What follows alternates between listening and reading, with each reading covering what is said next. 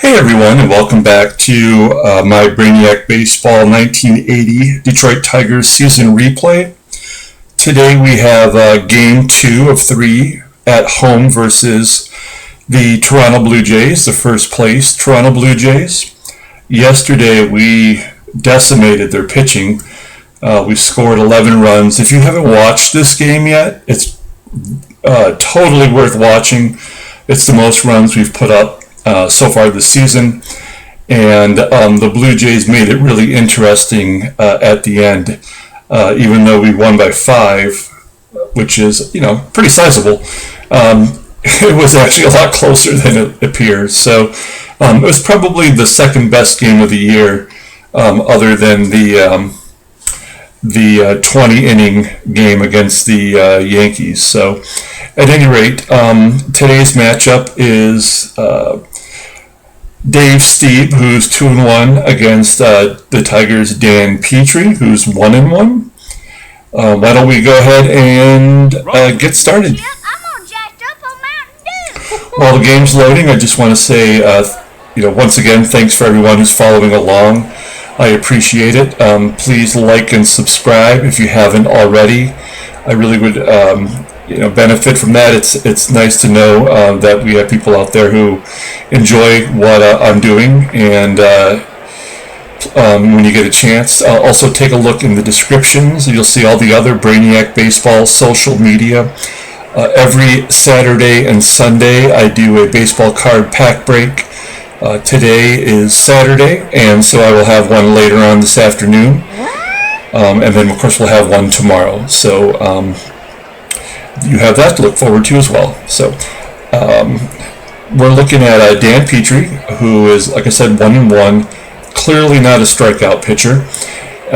He has had 2 good starts and 1 rough start.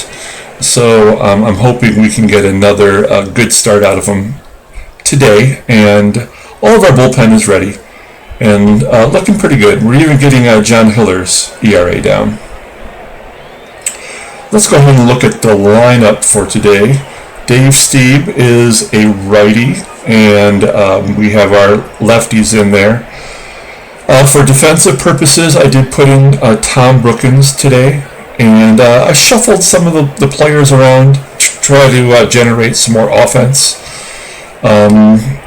Rick Peters has been doing really well in the DH spot. He had been batting 9th, but I moved him up since he's been producing in his limited role. Oh, great Odin's Raven! Yeah, that's pretty much it. So let's go ahead and get started with the game. Are you gonna listen to a big dummy, or are you gonna listen to me? So leading off for the Blue Jays is Otto Valise. This is the exact same lineup as yesterday.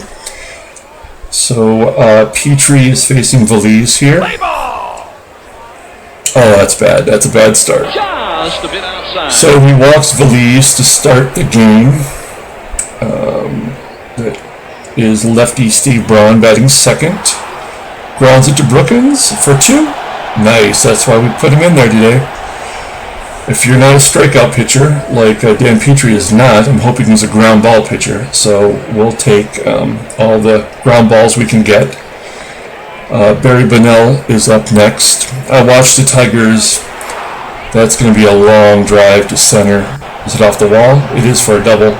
I watched the Tigers opening day yesterday, and it was nice to see Dan Petry working in the post game.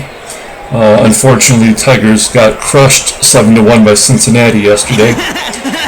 That looks like a long foul fly to right, and that'll be the end of the inning. But yeah, it was good to see Petry. And Jack Morris was doing the color commentary, so it's good to see some of the 84 Tigers still participating in the season for the Tigers. So Dave Stieb turns around and walks Whitaker. So we got a guy in first, and you already know that I hit and run every time Whitaker gets on base. And it pays off there with a base hit up the middle. Do I want to send him to third? I'm going to say no. All the outfield has strong arms on the Blue Jays, so So that's a no. If you're not familiar with Dave Stieb, this is only his second year in the majors, but Dave Stieb is the best pitcher the Blue Jays have ever had. He's their career wins leader, and with 171, and he has the only no-hitter in Blue Jays history, and incredibly enough, he had 5 one-hitters as well.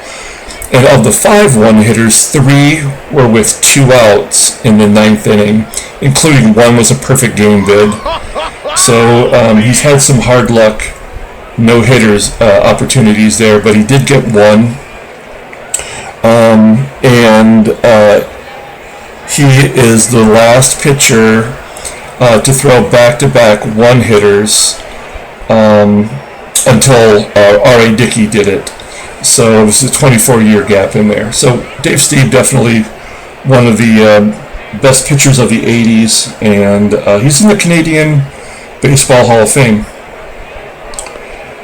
But he's still young in this game, and he's making mistakes here as we have a wild pitch moving the runners up. High pop fly. That one be a home run and a phone booth. Knocking those runs. That's a lazy fly ball to second. Let's see if Parrish can get it done. I'm going to have him hit to the right side. Oh, but he watches it go by. So we need Champ Summers to come through for us here. And he does not. He pops up too. So a wasted opportunity there. And back to the top of the second. Petry facing off against Roy Howell. It grounds to Trammell at short. Bringing up my arch nemesis, Ernie Whitt.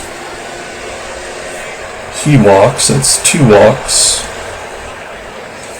And now we're facing Steve Davis, who also walks. So this is not looking good for Petry's 30 pitches here with 1 out in the second. I'm going to bring the outfield in. Is a ground ball to short? Will that be 2? No. So we're 2 down with number 9 hitter Bob Baylor.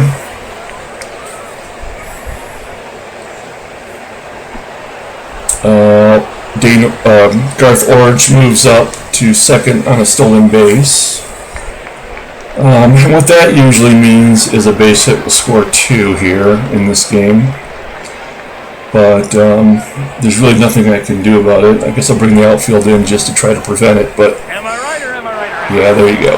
So unfortunately, that always happens in this game. It's fairly predictable, and there's really nothing I could have done. I guess I could have intentionally walked Baylor, but then Valdez would have hit a grand slam. So that's just the way the game works. And there's the 3rd out. So Petry did it to himself there. Now we're down 2. That's what she said. Thompson grounds to second. Rick Peters. Line drive to center. And Tommy Brookins. There we go. Drops it down the right field line. Oof. He's the fast. Oh, his speed is only 89 in this game, but he's normally 94. I'm not really sure why that is, but I guess we're going to say no. Oh, there it is. It is 94. So I'm not sure why that said 80 in that situation in 94 regularly, but there's nothing I can do about that. I guess maybe that's the coaching influence in the game. So perhaps if I had gone for it, maybe he would have made it. I don't know. But they've given it to him anyway with the wild pitch. That's Stieb's second of the game. And then Stegman pops out to first. So we're moving on to the 3rd inning. Steve Braun, who walks. That's the 4th walk and no strikeouts. He's actually walked more guys in this game than he gets struck out on this season. So that's definitely not good. Barry Bonnell, ground into short. Is that 2? Yes, it is. No problemo. Second double play of the game, and that brings up John Mayberry. Mayberry shoots it through the left side for a base hit. Bringing up Roy Howell. Roy Howell was sort of interesting. He was an all-star in 1978 for Toronto, but that's a 5th walk there. But in 1977, he was on Texas, and he started the season on the 0 for 17 slump. And so Texas traded him to Toronto. That's a 6th walk. Texas traded him to Toronto, and he ended up batting .316 the rest of the season in an everyday role. I think I got it, but just in case. So, tell me the whole thing again. batting .316 overall after starting off 0 for 17. He clearly was just had an early season slump there. So we get out of the inning despite Petry walking so many batters. Whitaker drops it in for a base hit, and you know that I'm going to hit and run. Just what do you think you're doing? It worked in the first inning. Let's see if we can make that work here again. Nope. Grounding up to first, moving Whitaker to second. And Steve Kemp, batting average now under 300. There's a walk there for Kemp, bringing up Parrish. Guess what? I got a fever. And the only prescription is more Calvin. Oh, that should be 2. No, an error on the shortstop. Steve Davis, the nobody, boots it. Bases loaded for Champ. Champ Summers has been an unsung hero early in the season. He's popping up to short there, but he is off to a good start. Oh, I just noticed something.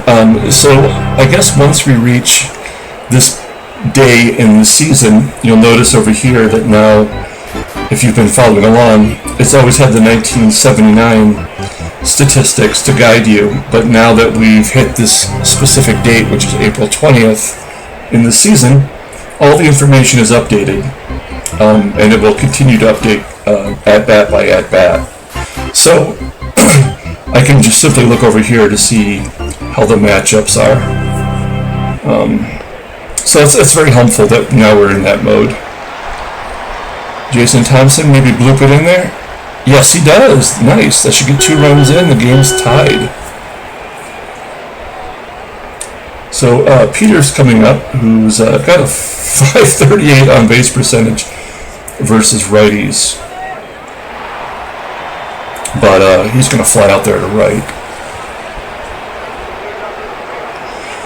So the game is tied for Petry. He's got 6 walks already, and I think we need to start putting him on a short leash. Garth Orge grounds out to second, bringing up Bob Baylor. Yeah, there's the 7th walk. I'm going to let him pitch to this batter, and then I think we're going to bring in a lefty. Probably bring in Shot Saver. Just a bit outside. Oof, stolen base. So stolen base means a base hit. Try to prevent it, but there's nothing we can do. Oh no, he steals third. That's with Parrish in there too. That's crazy. So we're going to bring the infield in. And maybe we get a ground ball here. Nope. There's walk number 8. So that's it for Petry. I just want to take a look.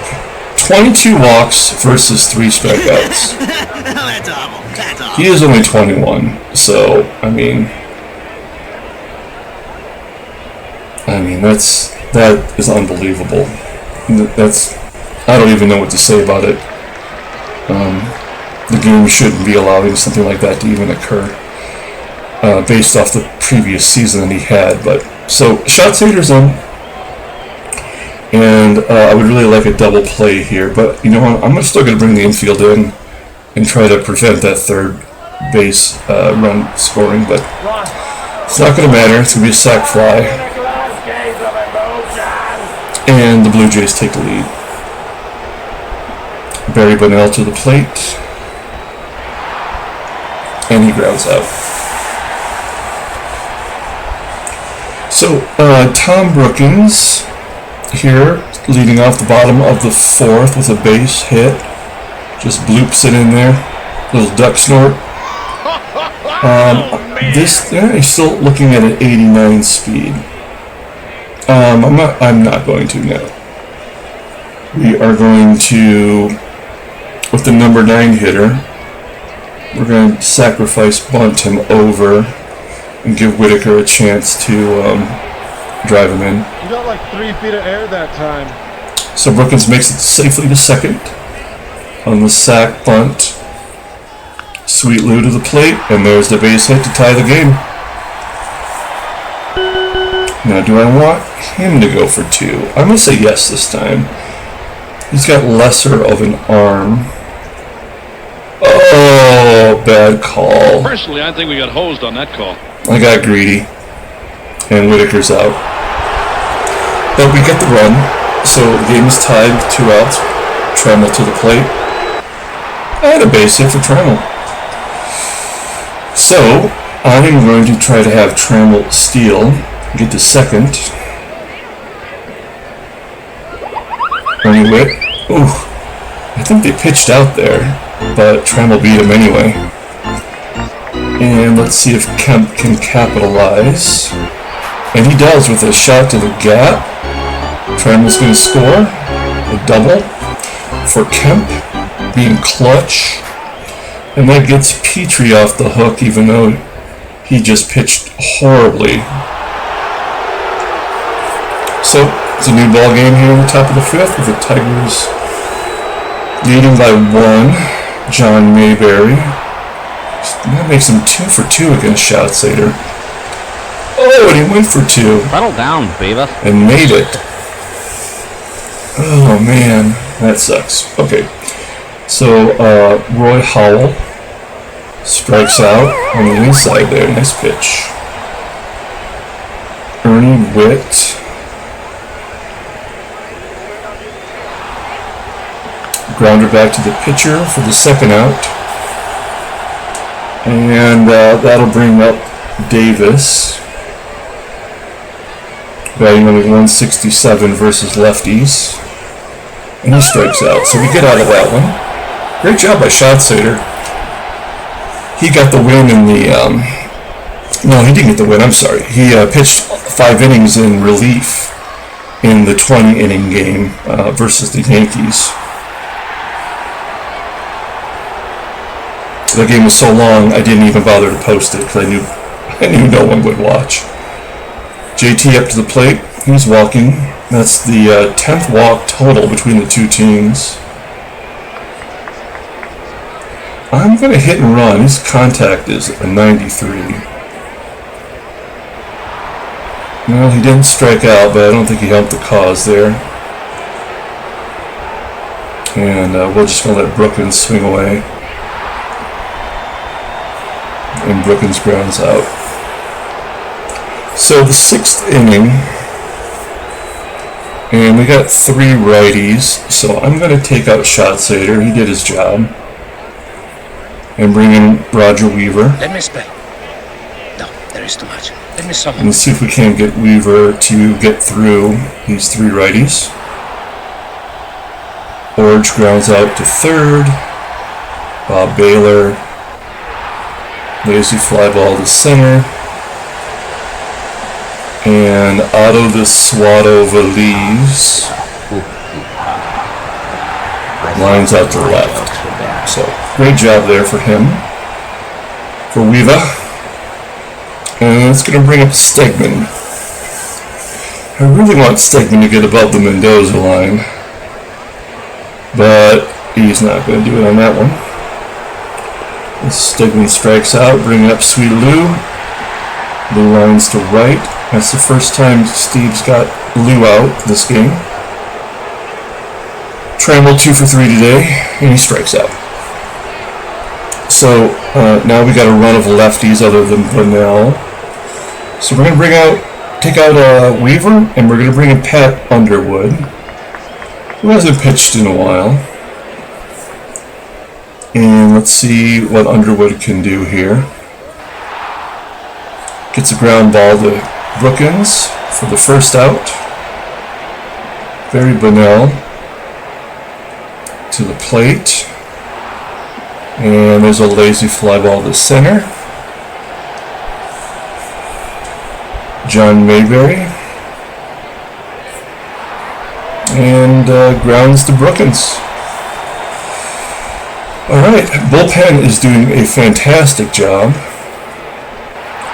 Kemp hits it to the other gap, to the right, to the gap on the right side for his second double of the game. Parrish has not done well so far. He's 0 for 3 with 2 Ks. Weak ground ball to short. Kemp can't advance on that. So Champ is to the plate. Oh, he just crushes it. 120 pitches for Stieb. That'll chase him from the game. That's 2 games in a row for Summers hitting homers. Great job by Summers. He is the unsung hero early on in the season. JT pops out. Oh, no, he didn't. I meant to do that. Error on the second baseman, Garth Orge. So the middle infielders both have an error this game. So only one down. Peters to the plate. They bring in Buskey, who pitched in the last game. The first game of the series, Buskey pitched. And Brookins grounds out for the third out. So we have a 3-run lead here in the 8th. Bullpen seems to have things under control. Oh, I jinxed it. Roy Hall with the base hit. Milk was a bad choice. Bringing up Ernie Witt. Line drive to first for just 1 out, and now we're going to take out Underwood. We're going to bring in Tobic. See if Tobic can't get through this bottom third of the lineup. Davis pops out of the infield. Garth Orge. Just an unfortunate name all around. It pops out to right, and we get through it. So, Dave Stegman, looking for 1 hit? No. Nope. Stegman flies out to left, bringing up Sweet Lou, grounding out to short, and Trammell facing Buskey. Flies out to deep left. And here we are in the 9th. So a couple things. We're going to bring in Lopez for the save opportunity. And we are going to take out Summers for his defensive replacement, Lynn Jones, who's only marginally better, but any increase in defense to the right side is a positive right now. Oh, that's bad. So Lopez walks to first batter. Bob Baylor, the number 9 hitter. We're going to guard the lines versus Valise. I think I said Valise, but I believe it's Otto Velez. Sorry for my mispronunciation. Okay, so we're going to count on Lopez here to get through these lefties. Lazy fly ball to Jones. That's 2 down for Bunnell. This could be it for the game. Yes. Nice. That'll be Lopez's 4th save. Alright, well we're on a streak now. Oh, here's a trade opportunity. Tim McCarver's been offered a few times. Now they want just Lynn Jones at my backup outfield. He's my fourth outfielder. I need him, so that's a no. We're going to take a look here at the box score, and that'll do it. As I mentioned earlier, we have a baseball card break later on this afternoon, so please check back for that. And thanks everybody for watching. Go ahead and pause this if you want to take a look at the box score.